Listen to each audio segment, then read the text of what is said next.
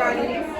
I'm the guest, but I'm not really, so it's fine. It's always wonderful to be here in the Tile Center together with Rebbetzin Wheel and Rebbetzin Halberstadt. And it is really our honor and real privilege that HaKadosh Baruch Hu has allowed us and each and every one of you here to be able to learn, to take in from Rebbetzin Rochel Silber. We are privileged, and I call it a privilege, and anyone who would like to join us can have the privilege as well. On a Thursday morning at 10 a.m., we have a weekly Tehillim share with Rebbetzin Silber on Zoom. So you don't even have to come here or anywhere. And it is nothing more beautiful than being able to have Yerushalayim in our homes and have Yerushalayim all over. And it's incredible because the people that are there are from even Manchester. And some people come all the way down from Manchester to be here to just take in the pearls of wisdom which Rebbetzin Silber has to share with all of us. And I don't even know how many years. I'm not going to ask Rebbetzin Silber how many years she's been teaching, because it's probably about, since she was about 18, and then puts on about another 20, 25 years, so we're okay. Oh, yeah. And it's really for each of us who are able to take and to learn from her. It's something that you can literally take in and use every single day of our lives. And if you really want to join Rebbetzin Silber very soon in Yerushalayim, then we just have to do the work a little bit more, and we've got to work a little bit harder and take what she has to, what the Rebbetzin has to share with us tonight, put it into action, and then in Yetz Hashem, it will be part of bringing Mashiach, and we'll be in Yerushalayim very soon. Thank you, Rebbetzin Silber. Okay, I'm going to stand in a few seconds, like maybe I'll sit and stand, but I like to see everybody. So can you juggle yourselves around so we can see each other? And it's a big chesed for me. I like to talk to faces.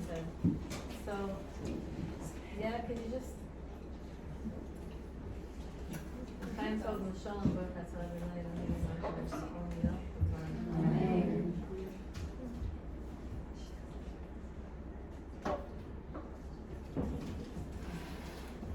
Who's your Rebbetzin Talmud? Yes. So this is your place, and you're the one who's organizing and sponsoring. So thank you very much. Please give them exposure. She basically builds it with her hands. That's really something. So you should have a lot of nachas from all of your children. Because all your children.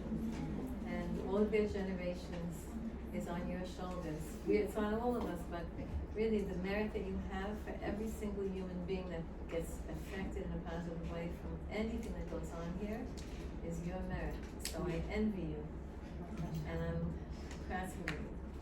And Rebbetzin Halberstadt, who Start the sharing, yeah. who also has merit and has.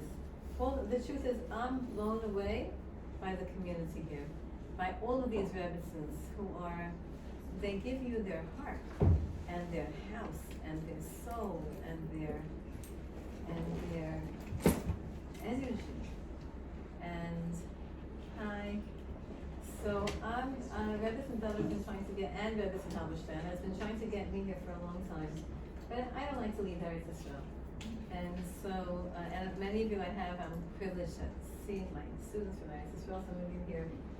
So, so it is true that I'm prone to rather teaching you there than teaching you here. And everybody here looks like a lot of seminary girls here. You know that when you leave SEM, it's really, really hard to recreate. This is not Yerushalayim or Kodesh, it's not Eretz Yisrael. It's really hard to recreate, but you can reconnect, you can connect here. So keep going to Shiurim, keep coming to these kinds of programs, because the seminary girls, you don't understand how you encourage the Rebbetzins here to make more programs. The more people show up, the more people want more. The people who want, thank you, whoever turned that off. The people who want Torah, draw out koach from the people who can give. So anybody who's a teacher here or who wants to be a teacher knows that the person who's giving is only giving what the people here want. The more you want to learn, the more the teacher can give. When the teacher is a vessel to give, then that's how it works. So come to programs, whatever level you're on, they'll make you a program, they'll make you a class, whatever class you want, just suggest to any of the people here, and they'll do it for you. And so that's for the younger girls, the older women also, there's no age limit to Torah learning, and the more people come, and the more ages, various ages you have, the more you help each other. So thank you for having me. It's really a big zchus to come and to learn with you. And I'm trying to gauge how many people have learned with me so that I can figure out how to teach tonight. So forgive me for those people who have been the last 2 days learning about the elements, and the people who've been over a whole year learning about the elements. I'm going to talk a little bit about the 4 elements in the personality. And I just took, for the really frum ones here who need to have sources, the source of this course, the source of these lectures are coming from certain sfarim, primarily the Tanya and the Rambam, and in Hilchos Deos, and the whole series called Getting to Know Yourself, Getting to Know Your Soul, Getting to Know Your Emotions by Rabbi Itamar Schwartz, who they call him the Bilvavi Rabbi because none of his names appear on his books, but this is the source of a lot of this material. And the point of it all is to get you to have a better life. That's the point of everything here. Hashem loves us. Hashem wants us to have a good life. Hashem wants you to maximize your time here. Hashem knows every single one of us. He created every single one of us. He gave each of us our strengths. He gave each of us our weaknesses. He wants us to manage and utilize our strengths. He wants us to improve and to fix and to be aware of our weaknesses. And so for those of you who are going to be studying psychology, which basically is, I don't know, 3/4 of people who go to university, come in. When was this class supposed to start? 8 until? 9. Okay. You can leave whenever you want. I don't get insulted. I'm teaching so many years and I know certain people have certain amounts of time that they can sit. If you have to get up, it's fine. Don't worry about it. Because I'm not going to be finished by 9. So, okay, so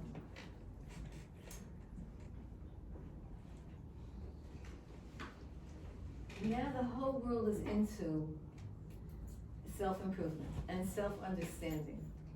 On a certain level, people might think that's selfish, like I want to understand myself. But the Rambam says that you can't understand other people until you really understand yourself, until you figure out how to put people into certain levels on a certain level categories.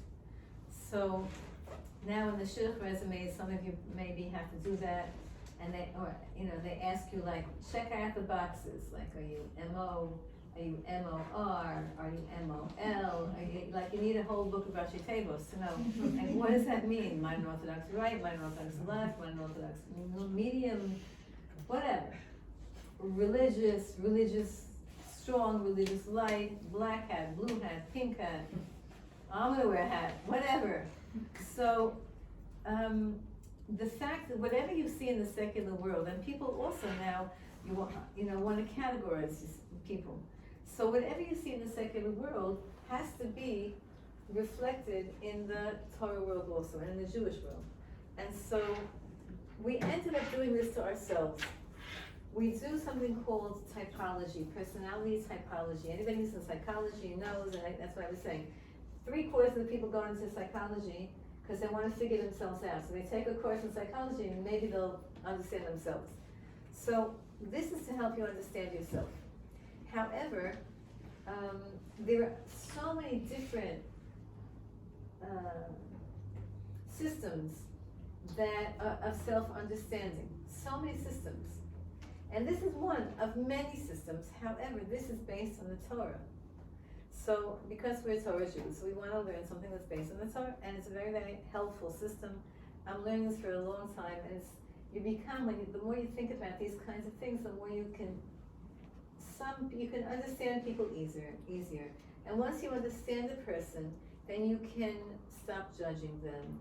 And once you stop judging them, you can start liking them. And once you can start liking them, you can start respecting them and treating them with derech eretz, and then Mashiach comes. Once you can be in a healthy place vis-a-vis people, then it brings the geula. So that's what we're all trying to do. Basically, everyone is living a great life, but they're oftentimes miserable, and at the same time, people have stuff that's going on, and we don't want it anymore. We just want everything to go smoothly. We want everything, the mazal to be open. So we're going to try to love people more. We're going to try to respect people more. We're going to try to understand people more. We're going to stop judging. And that's what this is all about. So this class takes me a whole year. The girls who are in the Judges here with me know it takes a year, basically a seminary year, to talk about this and to feel it, to internalize it, to understand. So I can't do anything in an hour, but I'll do my best to just give you 4 headings, 4 Rashi Tevos, and how people interact. So the people who've been studying the last few days with me, it's not going to be repeating. I'm going to try and make a chiddush here. I'm trying to do something new for you. So let's start. Bereshis bara Elokim, in the beginning when Hashem was creating Es HaShamayim, Es HaAretz, the heavens and the earth. The Haaretz, the earth, Hayta Tohu Vavohu, was void and formless. First 3 psukim in Chumash. The earth was void and formless. The Choshech and dark, Al Pnei Tehom, on this deep abyss.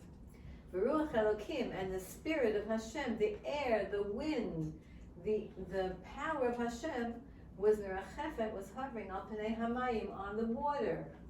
Vayover Elokim, Hashem said, what?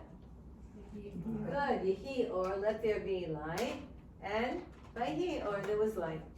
So the first 3 psukim, the first pasuk of Torah is, Rashi says, that the first pasuk, Rashi, the commentator, biblical commentator, says, the first pasuk of Torah is impossible to understand according to Pshat, and you need to be a Kabbalist to really understand the first pasuk. So we're not yet Kabbalists, we're not going to explain the first pasuk. The second and third we will. There was an earth. That represents the earth element. There was air, the wind, that represents the wind element. There was water that the wind was going over, that represents the water element. And there was fire, the light that represents the fire element. And the Rambam says, and the Tanya says, and all the from of the Mikubalim say that these 4 words are symbols, are code words for 4 different categories that exist in the universe, including, not exclusive to, but including our personalities. Our personalities have 4 different categories. Your earth, air, fire, or water. And you're probably a combination, hopefully you're a combination of all of them, and hopefully you're a balanced combination of all of them. And if you are, that's called a good mazal. That's called a person who has everything good going for them and things go smoothly for them. When you're extreme of any of these, then you're extreme, and then you have, your power is very strong, very concentrated, and in the other areas of your life, maybe you're a little bit challenged. So these 4 elements, 4 avos, 4 imahos. No one caught me? 4 letters of Hashem's name. Nobody said anything? 4 avos. Oh, good. Thank you. 4 avos. What about 4 avos? The song says 3 avos, right? Right. Who was the 4th av? Okay, so there's a lot of Anuhu. Okay, so the 4th in the Merkava is David HaMelech. The 4th of the Avos is Yisrael. Very good. And Yosef HaTzadik was also in there. So really we have lots. We have the primary Av Mitzvah Yaakov. Yaakov turns into Yisrael. He has 2. Yosef was a copy sort of Yaakov Avinu, and in the Merkava, in the chariot, whatever that means, David HaMelech. Okay, so you have 4 of everything, 4 letters in Hashem's name, Yud Kei Vav Kei, the special name of God in Hebrew that we don't verbalize, but that's how God's name is written in the Torah. Is written with 4 letters, a Yud and a Hey, and then a Vav, and then a final Hey. So everything in the world can be broken down into categories, 4 or 10 for the Sfirot, or 7 for the lower level Sfirot, or 26 for God's name in the numerical value of it. And if anybody here is studying physics, anyone studying physics here? Nobody? Okay, so you gotta have a physics I study physics and mathematics in university. Physics is now talking about exactly these numbers that they're finding in the physical world. Anybody geneticist here? No? I had a geneticist in Neve, where I'm privileged to teach in TorahActionLife, and she sat down with me once, and I said, okay, explain to me everything about genetics. Now that's ridiculous to say, because it's a huge science, but she said to me that genetics is actually genetics in the genes, and how many chromosomes and how many gene packs you have, and all of that, markers. There's a huge amount of numbers, but they're finding packets of genes in 4s, genes in 10s, genes in 26s. Unbelievable how our Torah numbers are coming alive in the world of science. So we're going to do now just these 4 elements, and we're going to describe them. But what I'm going to do is show you how they interact with each other, which is what we didn't do in these last 2 days we've been studying. That's what I'm going to do today. So it's in addition to the last few days of study. This is your first class, but I've been doing this with the other ladies for a couple of days. Okay, so there's an earth element, that means a practical part of you. And there's an air element, which is the opposite, that means an intellectual part of you. Then there's a water element, that means an emotional part of you. And there's a fire element, which is a spiritual part of you. That's one definition of the elements. That's one category. Another overview or an overlay of that is that the earth element is grounded and is practical and is loyal and is like the earth. Nobody here, you're all sitting very comfortably on your chairs. Your chairs are earth, meaning they're physical. I'm standing on the floor. It's physical. Nobody here is afraid that the chair is going to evaporate and you'll fall to the floor. I'm not afraid that I'm going to just fall through, even though in Eretz Yisrael's Parshas Korach this Shabbos, yeah, and they did fall through because Hashem changed the earth. Because Korach had, for those of you who know what I'm talking about, that Korach had a little bit of improper earth, and so Hashem, his improper earth opened the earth, and that's what happens then. So the earth element is the practical part of you, and you rely on it. You're sitting in the physical. We think the physical world really exists. Again, if you study physics, you know. When I was in college, and that's many hundreds of years ago when I was in university, and what they were teaching in university then in physics was nothing compared to what they know today. But basically, they're talking about that there really isn't. It's going to sound counterintuitive, but nothing is really solid. It's really forces that are holding together particles. It doesn't make sense to you. That sounds solid, right? It's not. It's forces, it's particles of energy being held together by forces of, but that's how Hashem made the world. The earth element is in each person's personality. But some people have a strong one and some people have a weak one. The opposite of earth, which is the practical getting things done part of you, is air, which is not getting anything done, but just thinking a lot, being in your head. Thinking and analyzing and researching and communicating and talking, that whole place is the air element.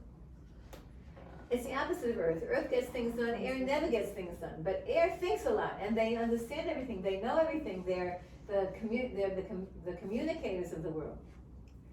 Then there's the water element, which is emotional. That water element, which a lot of you have, because you can see this in people, it's not just emotional, but it's enjoyment.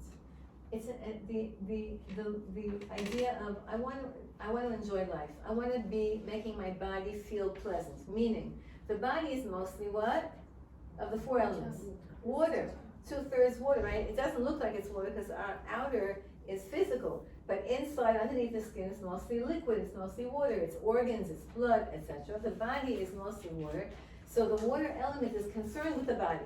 The body should feel good, it should be comfortable, it should be fulfilled, it should be happy, and of the body is also people, because people need each other. Like the expression in the Gemara says that a person who's in jail can't free himself. The English expression of that is everybody has to scratch everybody else's back. I can't scratch my back, even when you have one of those back scratches. That's not it. You need somebody else to give you a good massage on your back, and then you can give them a good massage on the back. So we need each other. So the water element is the idea of, I want to enjoy life, which includes people, which includes beauty and music and art and and emotion and enjoyment, because enjoyment is an emotion. And finally, the fire element is the propeller. It's your energy. It's what pushes you to become who you want to become. It's what pushes you to become ambitious. It's what tells you, like fire which goes up, it tells you to improve. Now, a lot of you have heard this because this is a popular topic, and a lot of my students teach this topic now. In the different seminaries, girls who've gone through seminary, now they teach it in different seminaries. So you've heard these ideas.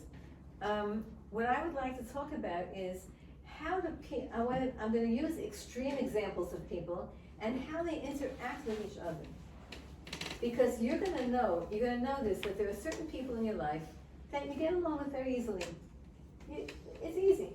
And there are certain people in your life, who might be your siblings, might be your parents, no matter what it is, and you love them and you care about them, but there's such a dynamic, it's so hard to just communicate. It's so hard to get things smooth. Some people are smooth, it's easy, and some people it's hard. And you wonder, why is that? Why is that? Like, the same parents raise the same 5 kids, and the parents get along with kid 1 and 2. Kid 3 is really, really a challenge. Or the mother gets along with kid 1 and the father doesn't. It's such a funny thing in the family dynamic. Why is that? So oftentimes, not everything is able to be explained with this system. Not everything at all, because Hashem's world is so complex, and people are so complex. And there's a concept of how you are naturally, and then how you became because of peer pressure, or because of cultural pressure. There's so many things that make up a person. So to say that I can break down a person into 4 elements is really very simplistic, and it's really disrespectful to a human being. But it gives you a general idea. It definitely gives you it gives you a heads up. So here I'm going to talk about a mother who's very earth. And again, I'm making it very extreme because nobody is really very, very only one way. We're all blends, hopefully. But I'm going to talk about it in extremes so that you can catch it and you can identify. So you have this mother, she's very earth. That means everything is on time. The house is run like clockwork. If you drop something on the floor and you don't pick it up in 2 seconds, there's a reaction from that earth mother. She's a great cook. She doesn't emote because she's hard like earth. So she's not an emotionally supportive person. She's not a communicator, but everything is done right. She takes good care of the home. That's a very, very strong earth mother. She has a schedule. She might be just a homemaker, or she might work, but if she does work, she makes sure that she's one of these superwomen, that she's working and yet the house nothing is suffering. Because earth means everything has to run like Hashem runs planet Earth, which is in a perfectly efficient way. But she's not, all of these elements are opposite of each other. That means she doesn't have a lot of emotion. She likes emotion because water, which is emotion, nourishes earth, but she doesn't really emote. She's not a great communicator. She's not so deep. She's such a good mother, but she's not so deep. She doesn't get you when you're in one of those moods. She's just like, what's wrong with you? Like, just be happy. Everything's fine. Here's supper. Whatever. That's a very strong earth mother. When she tells you she's coming to do carpool, she's on time. She's there a minute before, 5 minutes before. You can rely on her. She is so reliable that she might be a little bit even boring. Sometimes, bless you. I have so many stories of shidduchim, and one of them was the earth element and was a little bit boring to the other, but they needed that so badly. And once you start appreciating each other's opposites, and because all opposites appreciate each other and then get annoyed with each other for the same exact reason that they appreciate, they get annoyed. So that's the earth element mother, and she has this daughter who's incredibly, incredibly fire. Now, the earth element is same old, all the time. And fire is never the same. Fire is always crackling and going up and wanting more and wanting richer and smarter, So this fire element daughter, she's already in shidduchim. She wants to get married. And the mother is checking things out, but slowly, slow and steady. And the fire is impatient. Like, Ma, I told you yesterday that I'm ready to get married. How come I'm not married yet? Today. How come you don't have a whole list of guys for me? Because the mother is doing things in the earth way, and the daughter thinks in the fire way. Now again, very extreme. Most people are not so extreme in their onlyness. They're a little bit of a blend of everything. But we're talking extremes now. This fire girl gets also annoyed, a little bit impatient with her mother because her mother really never did anything in life. She just is a homemaker. And the fire daughter is jealous that her friend's mother owns a store and makes a lot of money and organizes events. That's because her friend's mother is fire, and her own mother is earth. So there's a conflict there, and the girl feels very guilty because I love my mother. Why? She's a tzaddikus. Why do I not like her when I love her? So the girl feels conflicted, and the mother doesn't get it at all because what am I doing wrong? I'm just being real, and you're being fake. So there's a certain dynamic there. Now, if I was sitting down with a mother and a daughter, I would say that to her. I would say to the daughter, do you realize that you're fire, she's earth? First we would analyze that. They would say, okay, I get it. Then I would say, how does fire work? How does fire work? Fire needs a wick. It needs something physical in order for it to burn, right? You can't have, even the sun, which is the source of fire in the world, it has in it it's just explosions of chemicals what's going on, but there is a certain amount of ethereal physicality even in the sun. So fire basically needs everybody. They need earth, they need a wick, they need wax, they need something to light it. So the fire, as much as that fire daughter thinks that she's great and her mother's nothing, her mother is supporting her and keeping her capable.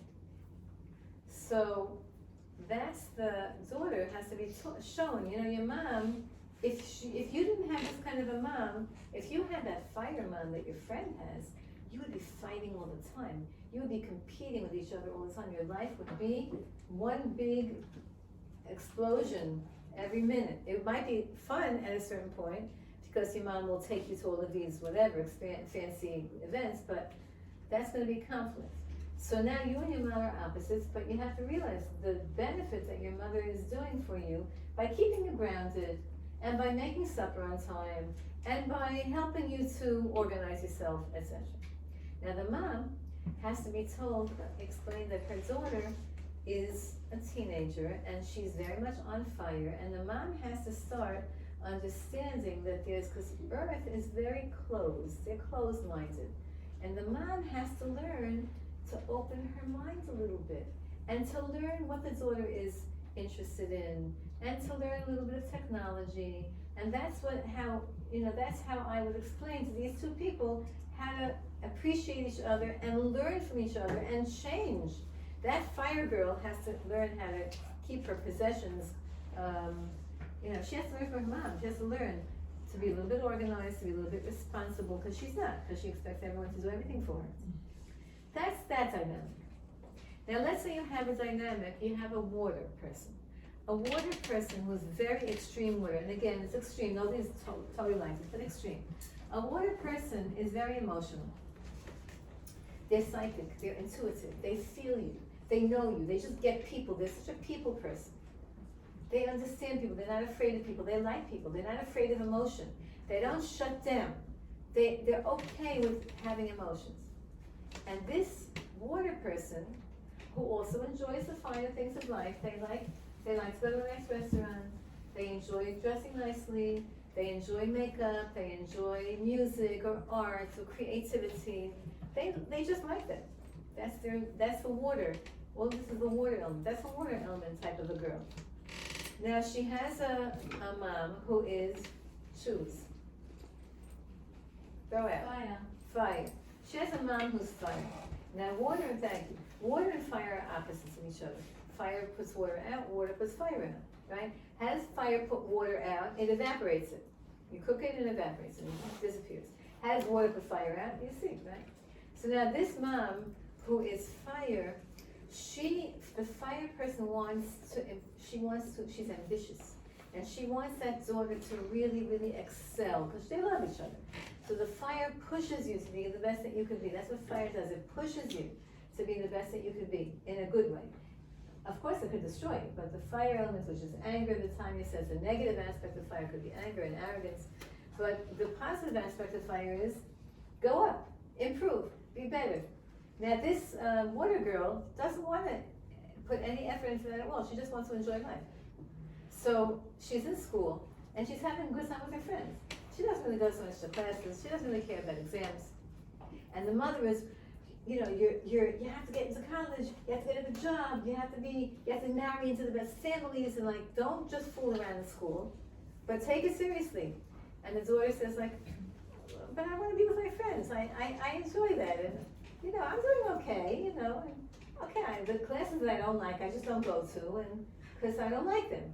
And the classes I'm interested in, I go to, but the mother is going crazy because she has big ambition for her daughter, and the daughter seems to be sabotaging her life. And there's that constant, and the fire mother is very pushy. She's very overbearing, because fire can be controlling and overbearing. And the water is like, leave me alone. I'm going away for Shabbos with my friends because I can't handle it. The fire mother is, at the table you have to have 10 Dvar Torahs, sing the following songs, be perfect. That's the fire mother. And the daughter is like, I'm water, I just want to eat and put my feet up. I don't want to get dressed. I want to have a pajamas Shabbos meal. And then the fire mother is like, no. So there's that conflict. Once they understand that she's fire, she's water, so the water person has to learn, water enjoys fire because it warms it up. See, I have on my table, warm. Just a parentheses, a commercial message from me who wants your bodies to be healthy also. It's not good to drink ice cold. I know that I say this all the time and my students don't like it. Ice cold is not good for your body. Your body wants either room temperature or warm.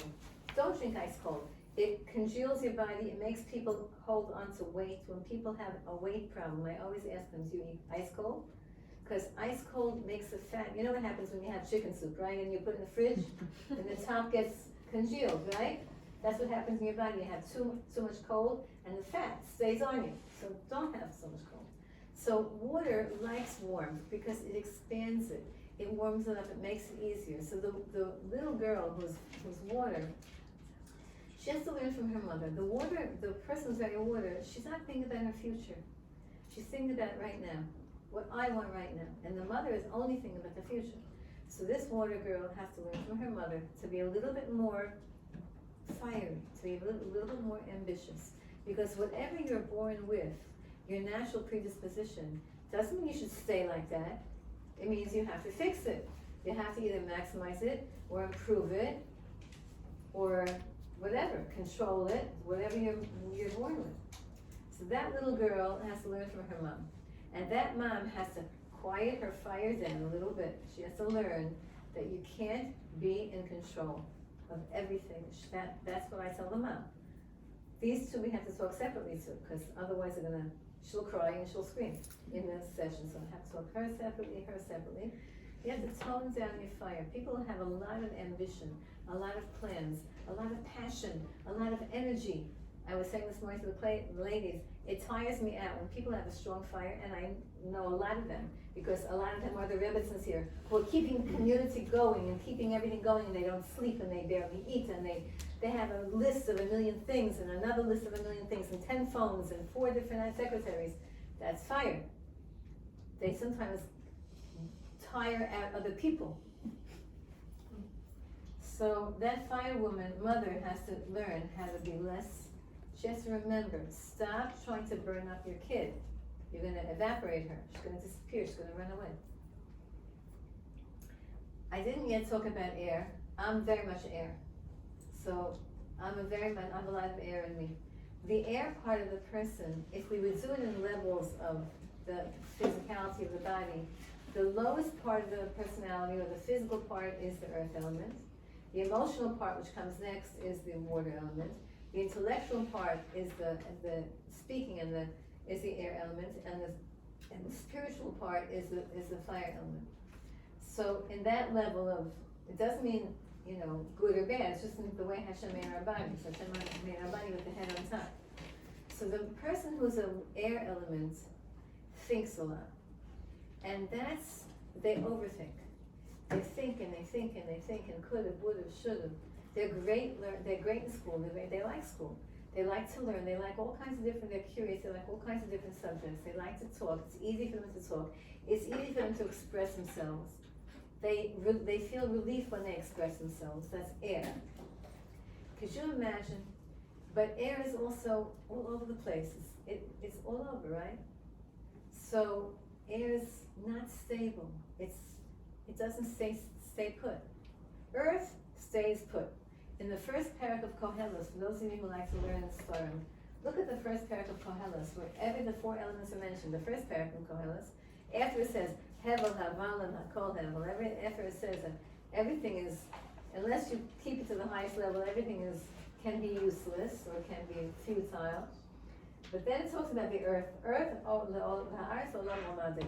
stands still, doesn't ever move. Earth doesn't move, and air is always moving.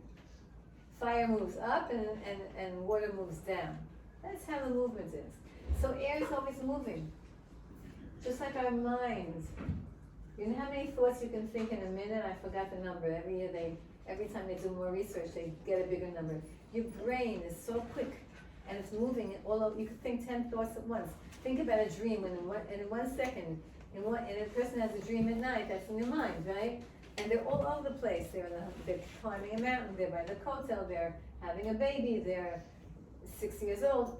That happens to you. Your mind can do in one picture, you could be in a million different places.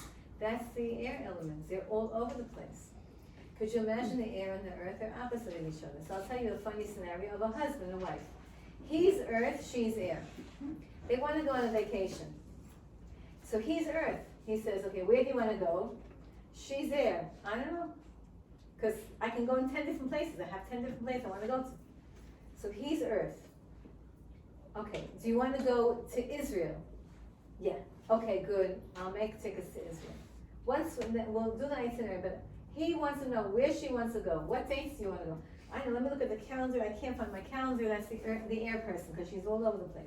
We have a wedding here, but I don't know if I want to go to the wedding. Then we have another thing here to do. I have to go to that. They're trying to figure out dates. He is sitting patiently. He's sitting patiently. Finally, she decides, okay, we can go June 15th till June 30th. Good. He writes it down. Now, he makes the tickets. She doesn't know how to make tickets. She doesn't know how to operate a phone, because she does. But then you have to type in your numbers. You have to type in your credit cards. She can't find the credit cards because she's extreme air. It means she's brilliant. She's in her mind. But she's, scattered a little bit. And she doesn't like the practical stuff. It gets her nervous.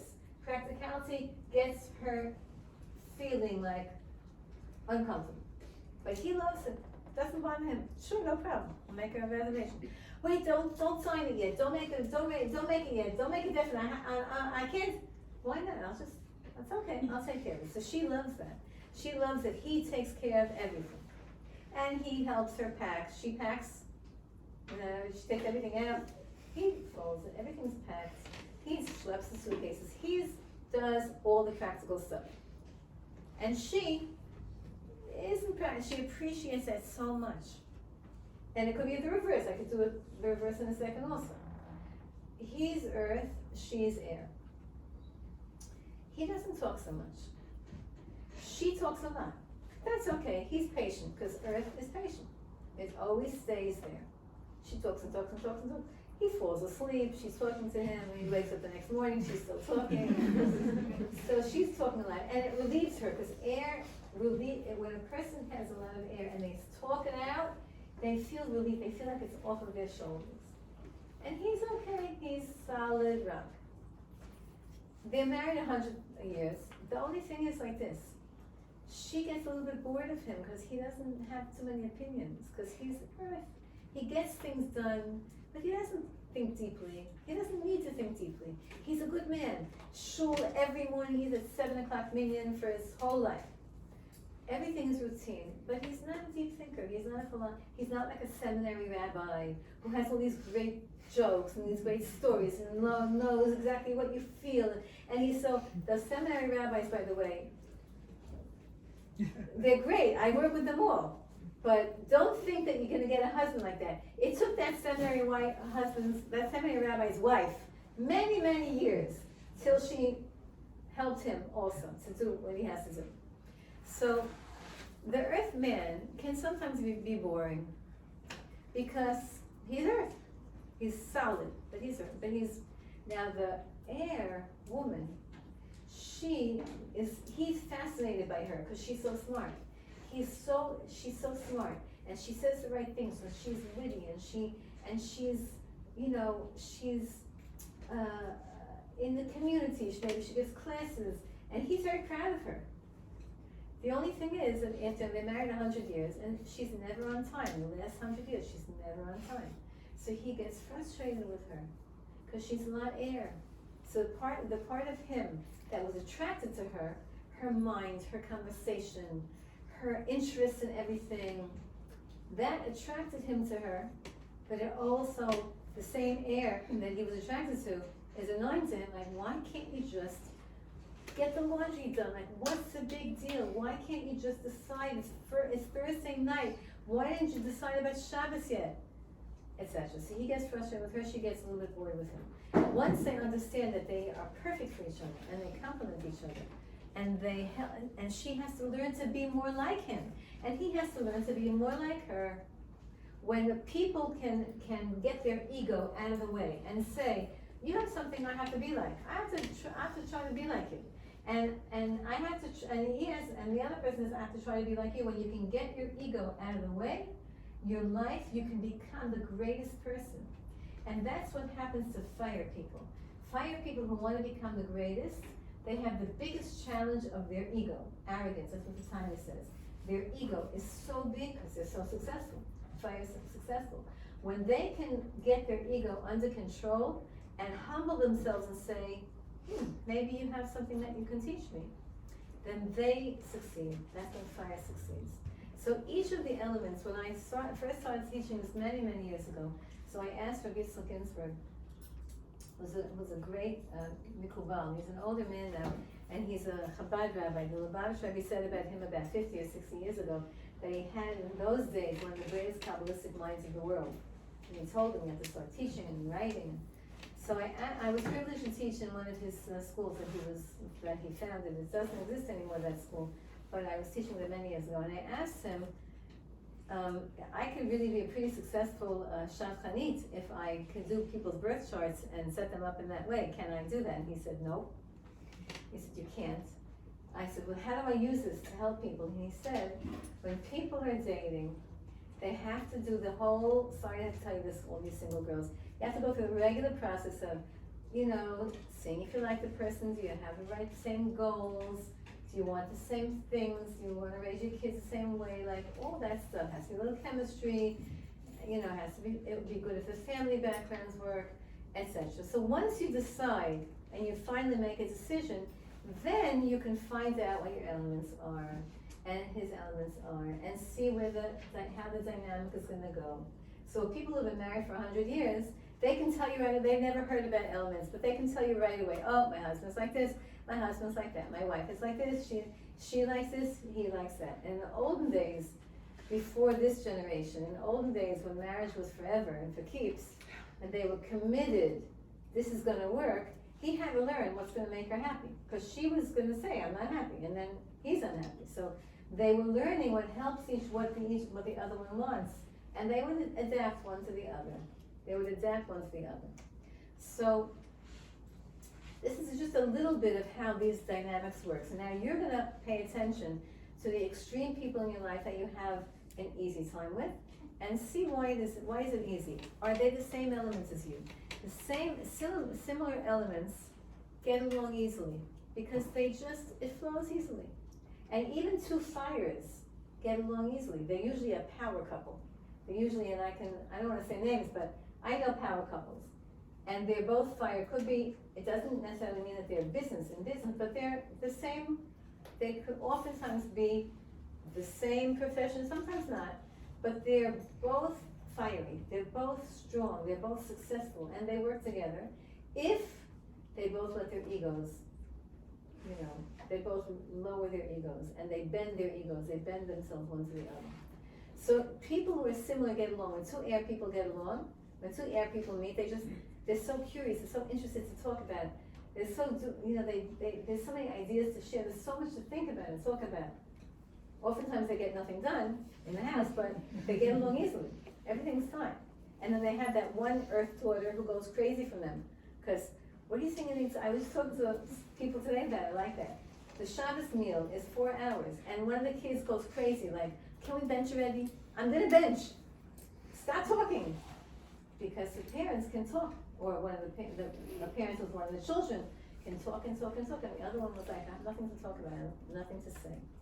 And sometimes you feel like you're a failure because you're not. It's just that your parent and your other sibling are the same element, so they jive, they get along, and you are different elements. So don't beat yourself up. Just say, I have different things, something else to contribute, different than my brother, my sister. So similars get along very, very easily, and that's why, or certain ones get along easily. For example, earth and water get along very nicely together. Why? Because think about the physical dynamics of a plant or the ground. Earth needs water to make it fruitful, to make it fulfilled. So because of that in the physical world, then an earth-water relation between two people works very nicely. Whoever's the earth is nurtured and nourished by the water, and then produces a fruit or produces a plant and gives the water nachas and happiness. That works very nicely. Fire and air work nicely because fire, they both need each other in the physical world. Fire needs air to combust, right? Remember combustion, how that works? So fire needs oxygen to combust. And air likes to move, and fire heats it up and makes it move faster. So they get along also very nicely. Air and earth, I just described to you, have a hard time. And fire and water sometimes can have a hard time. And fire and air really have nothing in common, except that the sun does warm up the earth. They don't have so much in common, but really, in every successful organization, you have to have everybody. So now, I'm going to tell you a story that happened to me, and then I'll answer questions, and anybody can leave, whatever. So years and years ago, when I lived in Eretz Yisrael, I went to visit America, many years before Corona. I used to go to America 3 times a year to teach, because I had students in America. We lived in Eretz Yisrael, but I would go. My son lives in America, and my grandchildren live in America, and so it's hard not to see them. So I would go 3 times a year, and I would give classes, and that's how I would be able to pay for the ticket, and that's how I would do it. And I would make everybody happy. I would see everybody. I would teach them. Okay. So one time I was in America, and I was visiting cousins in Teaneck, New Jersey. Anybody knows that Teaneck, New Jersey. So my cousin, who's very Teaneck, New Jersey type, so she wanted me to watch a TV program called The West Wing. So I said to her, I don't watch TV. So she said, no, this is a very good program for you to watch because she knows, my cousin knows me very well, and she knows that I don't like to waste time, but I do like to have information to use in teaching. She said, this is first of all 100% kosher. Not just that, but it's going to explain to you the 4 elements, because she knew that I was teaching the elements. So I said, come on. What? Because it was about the President of the United States and his whole government and how it works.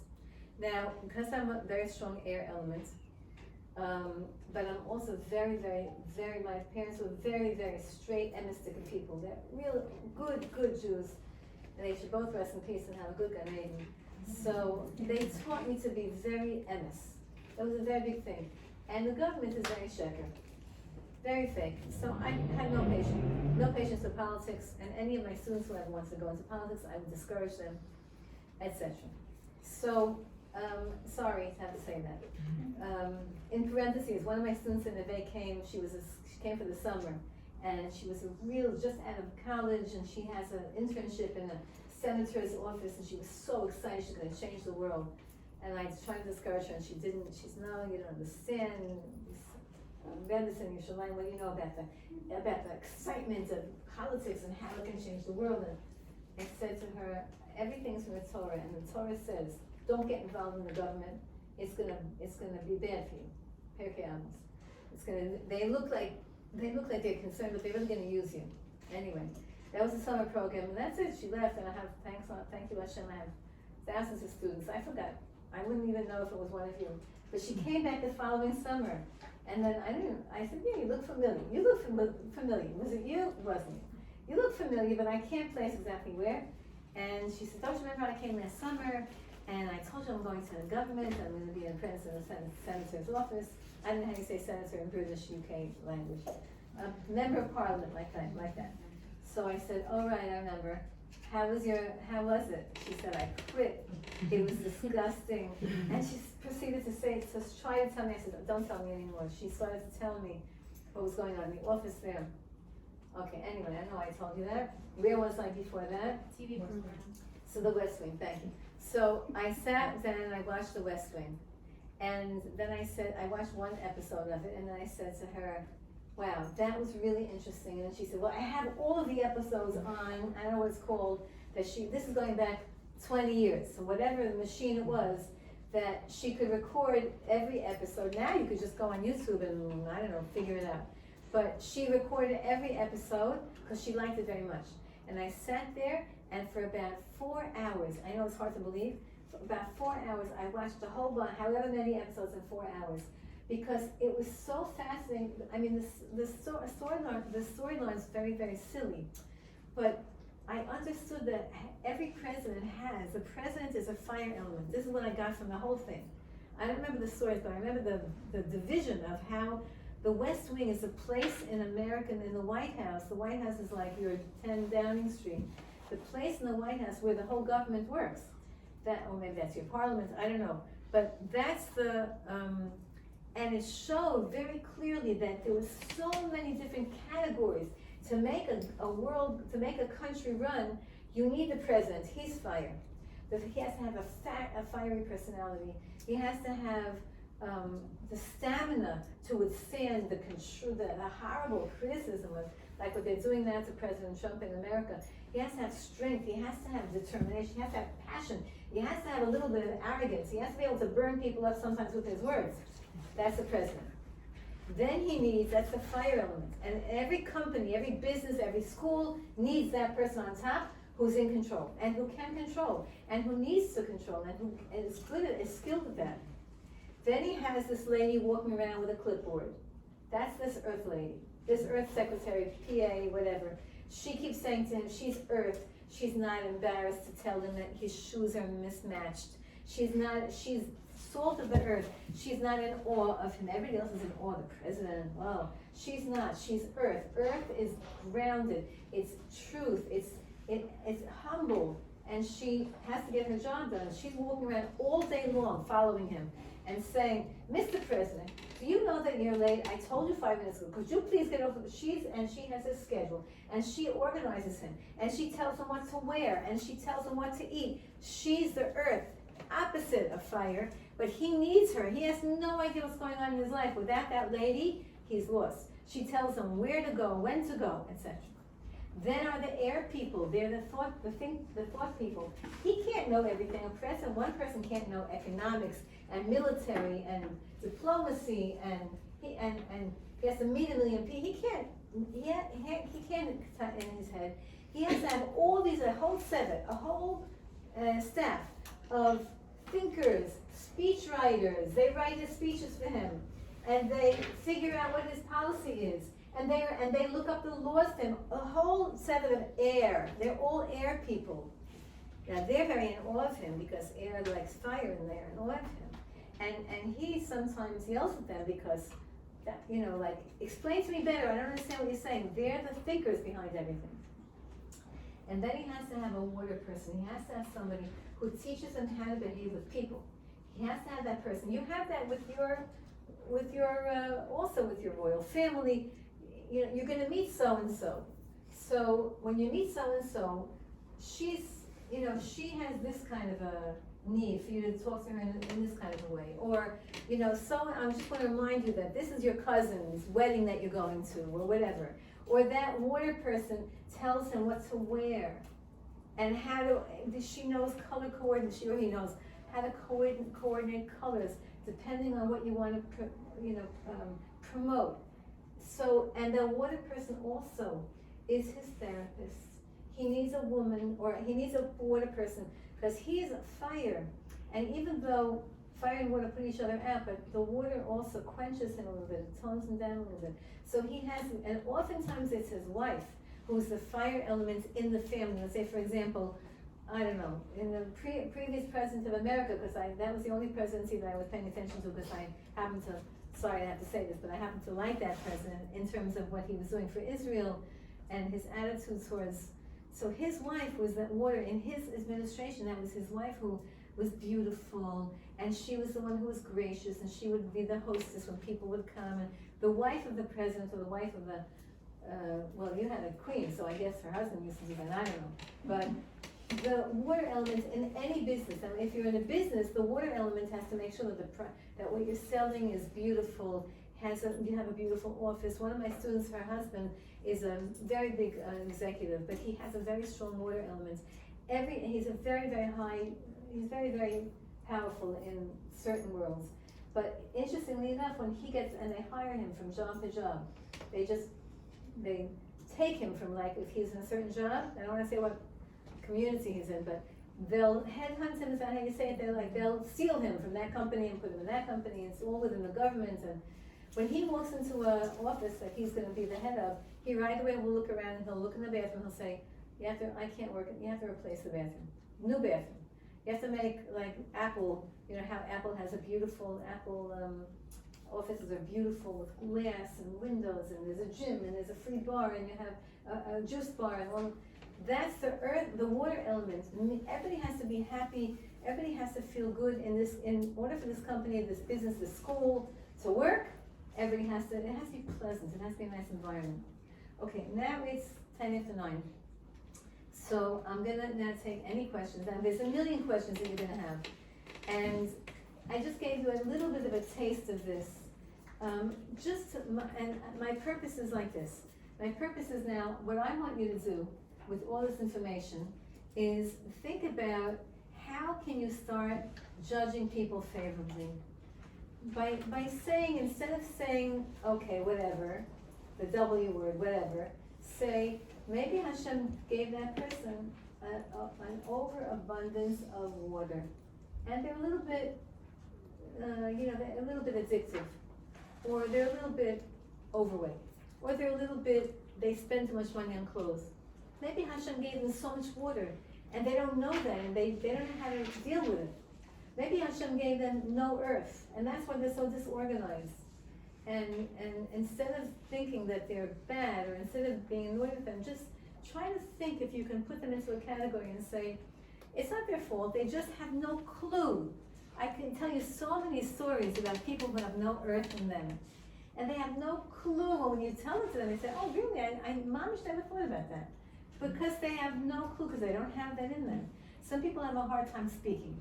You know, you go on a date with somebody and he's having a hard time communicating. Sometimes people come to talk to me, and they make an appointment, they come to talk to me, and they sit down and they say, I really don't know what to say.